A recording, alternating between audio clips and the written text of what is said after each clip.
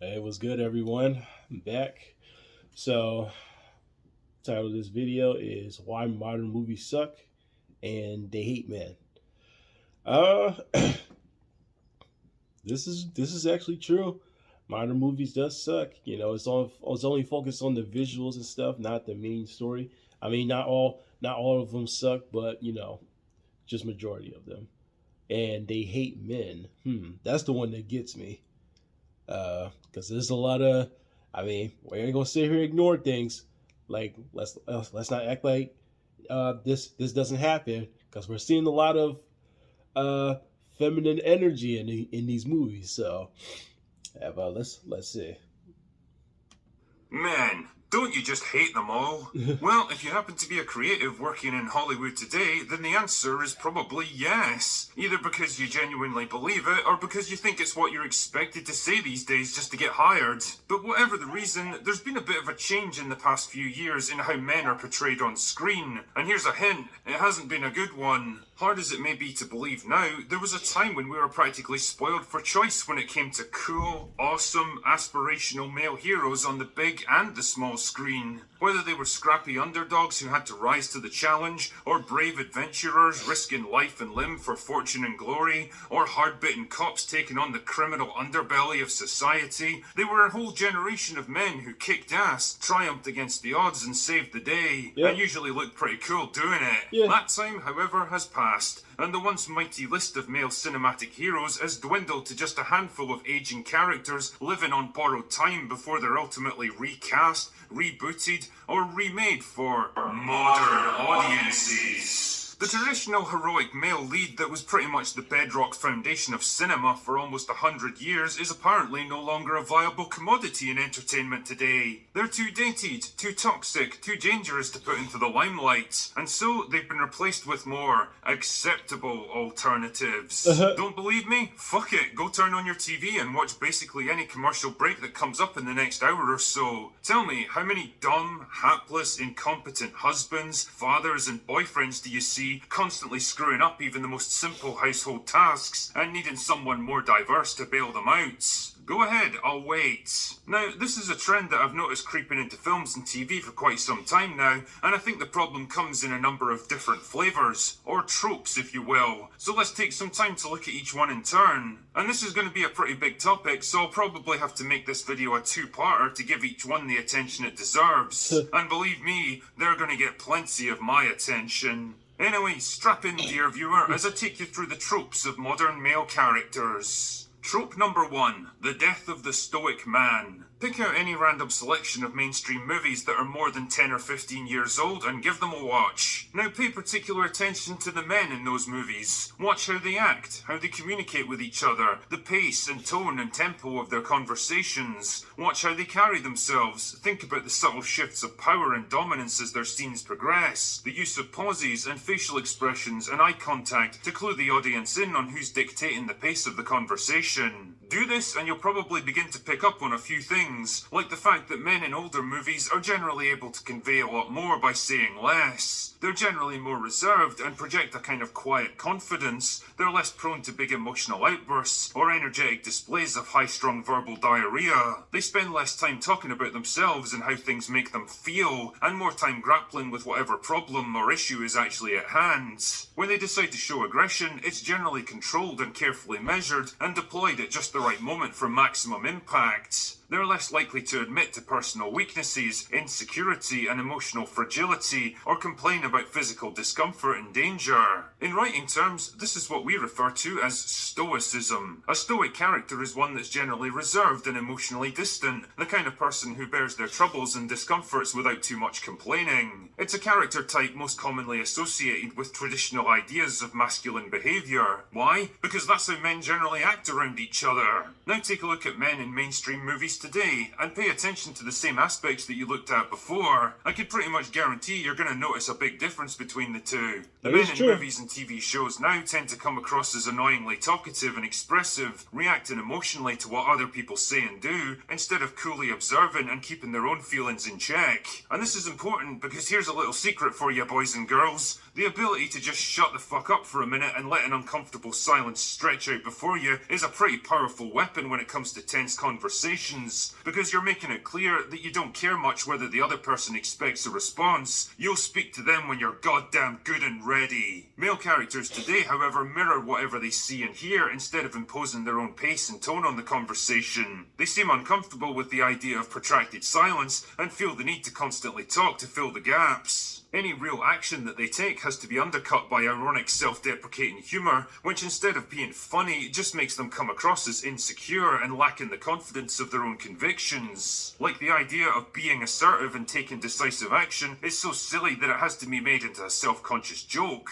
Generally speaking, they're easily intimidated and outmatched by strong female personalities, usually folding like a house of cards the moment they're challenged on something, and they're almost never able to hold their own in an argument, even if the facts in general situation actually support their position. They lack both the quick thinking and the belief in themselves needed to press their advantage and assert control over a situation. In functional terms, what you see on screen these days aren't really men in the normal sense. They're basically hyperactive, hyper-emotional, hyper-talkative children forced into men's bodies. They're a kind of shallow, trite projection of what insecure, effeminate, emotionally fragile Hollywood screenwriters imagine men to be, either because they dislike the idea of the masculine, stoic male archetype, or they lack the breadth of life experience to be able to write characters like that in the first place. There seems to be this weird belief that stoic personalities are inherently dangerous and unhealthy, like men who don't constantly express their every thought and feeling are nothing but fountains of repressed rage and raw emotion, that taking decisive action and wanting to assert control over a tense situation is somehow fundamentally wrong. Well, if you're a man anyway. And well, to put it bluntly, that's absolute bullshit. The reality is that most of the time, men just don't feel things as deeply as people seem to imagine. They don't tend to get hung up on things in the same way that other people do. They don't constantly fret and worry over trivial problems. They don't like to be disrespected or treated as the weak link in the chain, and they generally don't complain about minor discomforts or things that nobody can actually fix, because they find that kind of behaviour annoying and off-putting in other people. And yet, that seems to be what we're being force-fed in our fictional characters these days. Jesus, no wonder cinemas are having their worst years in fucking decades. Whatever the reasoning behind it, the result is a kind of frustrating, neutered, childlike interpretation of male behaviour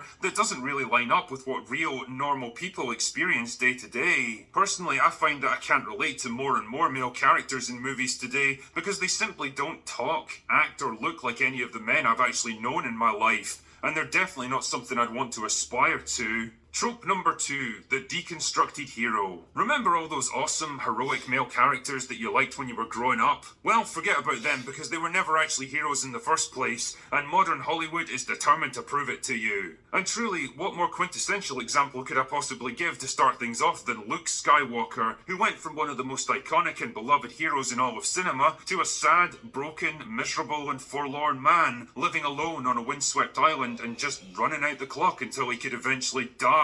Truly, Rian Johnson understood exactly what he was doing with this one. He performed the most epic character assassination of all time, determined to kill not just the man, but his legacy along with him. Or how about Rocky Balboa, the ultimate underdog and symbol of scrappy, determined optimism? A man who fought his way to the top through sheer determination and willpower, taking down men bigger and stronger than himself through sheer refusal to give up. Then you get to something like Creed, where he's portrayed as a sad, lonely old man who's given up on life. A man who isn't even willing to go through life-saving cancer treatment because he just doesn't care about living anymore. Truly inspiring stuff. Or Jean-Luc Picard, the cultured, intelligent, clear-headed diplomat, capable leader and brave explorer from Star Trek The Next Generation, once the epitome of the thinking man's hero, now reduced to a confused, frail old man who needs to be put firmly in his place by someone more diverse. Sheer fucking hubris. Yeah, that'll teach you to get ideas above your station, Jean-Luc. Or how about Superman? Surely one of the most long-standing examples of the strong, square-jawed, patriotic male superhero. Well, not in the mind of Zack Snyder, who transformed him into a sullen, brooding, conflicted outsider who doesn't even know if he can or should help humanity in any way. Wow, you really nailed the character there, Zack. Well done, son. Or perhaps James Bond, surely the ultimate man's man. A tough, cold, ruthless man of action who could handle any threat and seduce any woman with ease. But oh no, we can't allow harmful stereotypes like that to persist in the current era of Hollywood. We have to make him sad and pouty and hung up on a woman who died like 4 movies ago. And when he tries to flirt with women now, it becomes a point of awkward comedy because gosh darn it, why on earth would they be attracted to a man like him? Yep, that's what I want. I want to be laughing at James Bond. Just like all the others, he has to be carefully softened, broken down, his air of danger and sensuality and confidence slowly stripped away to make him less threatening, less assertive, less intelligent, and well, generally just less than what he was before. And ultimately, it points to one general problem. We're not being given positive, inspiring male heroes to look up to anymore, and the ones that we used to enjoy are having their legacies slowly eroded and undermined in an attempt to taint our whole perception of them. We've got nothing to look forward to in the present, and our past is being taken away from us. You've got to love it. Trope number 3. Men are just dumb, I guess. One of the things that really seems to have taken hold in modern entertainment is the idea that the smartest person in the room can never possibly be a man. Whether it's comically brain-dead morons like the Red Guardian from Black Widow, whose one and only character trait is that he can punch things really hard. Damn. Well, except when he has to actually fight someone important. Or supposedly ruthless military leaders like General Hux getting suckered in and provoked into a rage by a "your mum" joke. Or the seemingly endless numbers of dumb, corrupt, abusive men in Westworld just lining up to be summarily executed for their crimes. I'm not kidding, pretty much every episode from season 1 onwards is just the same trope repeated over and over again. Or how about Dr. Henry Wu, the brilliant genetic engineer who made Jurassic Park possible? Except it turns out that he wasn't actually all that brilliant after all, because all he really did was piggyback off the research of Charlotte Lockwood, a far more talented and intelligent scientist who nobody had ever heard of until she was retconned into the story later. Oh, damn. The message is always the same. Men and everything that they do are stupid. They didn't earn or deserve anything that they actually have, and most of the time they need a smarter, stronger, and better female character to get them on track. As another little example here, take Kevin from Ghostbusters 2016. Now, his character is a counterpart to Janine in the original movie. The difference, though, is that Janine was always portrayed as smart, efficient, and good at her job. The comedy in her case mostly stemmed from her exasperation at the others, either because she hadn't been paid or because she was wildly overworked. Yeah, she was sassy and abrasive with people, but one thing she wasn't was dumb. Kevin, on the other hand, isn't just stupid, he's ridiculously, obscenely stupid to the point where you could probably make a genuine argument that his character had moderate to severe learning difficulties. I feel like you're mocking the afflicted here, Paul. The intended humour here was to contrast his physical attractiveness with his complete lack of brains and common sense, in effect making him a male bimbo, surely one of the most tired of all movie cliches. But again, it's apparently fine to portray men this way because, as we all know, men are dumb and that's funny. They certainly don't have anything to teach other characters, even if they're far older and more experienced than them. Taking the Luke Skywalker example from earlier, consider how not only does he have no wisdom or lessons of value to impart to Rey, despite his decades of experience with the Force, the dangers of the dark side and the possibility of redemption, but he actually learns things from her instead. Because one of the other annoying tropes of modern cinema is that you can't have male mentors teaching women anything of value. And I think this problem was best articulated by Kevin Feige when he was asked why Doctor Strange never made an appearance in the TV show WandaVision, when it absolutely would have made sense for the MCU's best magic user to take part in a show that was specifically about magic. Quote, some people might say, oh, it would have been so cool to see Doctor Strange, but it would have taken away from Wanda. We didn't want the end of the show to be commoditized to go to the next movie. Here's the white guy, lets me show you how power works. And that right there is the real reason why they didn't want him in the show, because they couldn't stand the idea of a male character teaching a woman anything of value, because it would violate the rules of modern writing, which have apparently decided that men are dumb, they don't know anything of value, and they have nothing to teach anyone. And trust me, once you realise that's the thinking behind so much of modern movie making, well, you're never going to be able to unsee it. Now, the thing is, I'm not saying for 1 second that every male character now has to be some domineering, super confident alpha male who eats raw meat and destroys everyone around him just by looking at them. That kind of crushing conformity would be just as tedious and artistically limiting as the strong female character trope that Emily Blunt recently spoke out about. And don't worry, I'm going to address that one in due course. Believe that. But what I am saying is that it would be nice to see a bit of balance and variety for a change, instead of Hollywood trying to push the unhealthy message that masculinity in all its forms is toxic, broken, and needs to change. How about showing us a range of positive male characters? How about acknowledging that men actually have something to offer the world? That the drive, the focus, the protectiveness, the assertiveness, and the competitiveness that comes so naturally to them can be a force for good, instead of some destructive impulse that needs to be curbed and corrected. Trust me, it won't kill you to acknowledge that men, just like women, can be pretty damn awesome at times. And who knows, your audience might just thank you for it too. Anyway, that's going to do it for part 1. I'm going to come back and address the remaining tropes in my next video, so stay tuned for that. So anyway, that's all I've got for today. Go away now. Hey. Modern audiences. What he said is, it's not a lie. It's not a lie. All of it is true. I have not watched any new movies recently, but I have seen like the trailers of. I've been like, been so focused on Marvel, on how direct things and stuff like that. Like if you look back at the early MCU, it was more alpha. The Incredible Hulk, for example, Thor, Iron Man, all of them. I mean, actually, Iron Man's still the same. Iron Man don't give a fuck. But those two characters, Thor and the Hulk, they really have changed. They really changed those characters. It just went from like the biggest, like the scariest green monster to to a frail, talkative, sensitive, green jelly. Really, he did. And with Thor, it's the same thing. When I saw the trailer with Love and Thunder, it was more. It's a lot of jokes, a lot of humor, a lot of funny humor in there. Yeah, it just didn't look serious. It didn't look like they took the movie serious. And and the thing is, right? What's happening is that they're forcing feminism into the movies, and not just movies, in the gaming too.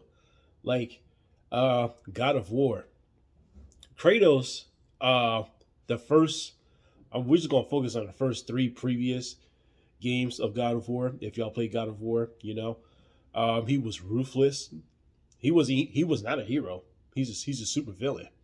He didn't care about anything. He was a dick. He didn't care. But in like the last 2 games, God of War 4, God of Ragnarok, those games are good, but they're very different. They're very different. Those 2 games are very emotional. The masculine Kratos, and you could tell they tried to do that too, because we're talking about a ruthless demigod that's trying to change. And I get that he's trying to change his ways, but you can't just force him to be this coward that doesn't want to fight. The game is called God of War for a reason. You have to stick with it. That's like Resident Evil. Like if you had Resident Evil, then you would just limit the monsters, and then you would just limit the gore. They stick with that. So they have to stick with Kratos being ruthless, but that's not going to happen. So, but those 2, but like I said, God of War 4 and God of War Ragnarok, they're good. They're good games. They're great games, but they're very, very different from the previous 3s. But yeah, I see what he's saying here. And the thing is that we're acknowledging not just feminism, we're acknowledging gays, we're acknowledging transgenders, and I have nothing against them. But the thing is that you're trying to force people to, you know, to look up to them and, to admire them. If you're just forcing that, that's not a good thing. So,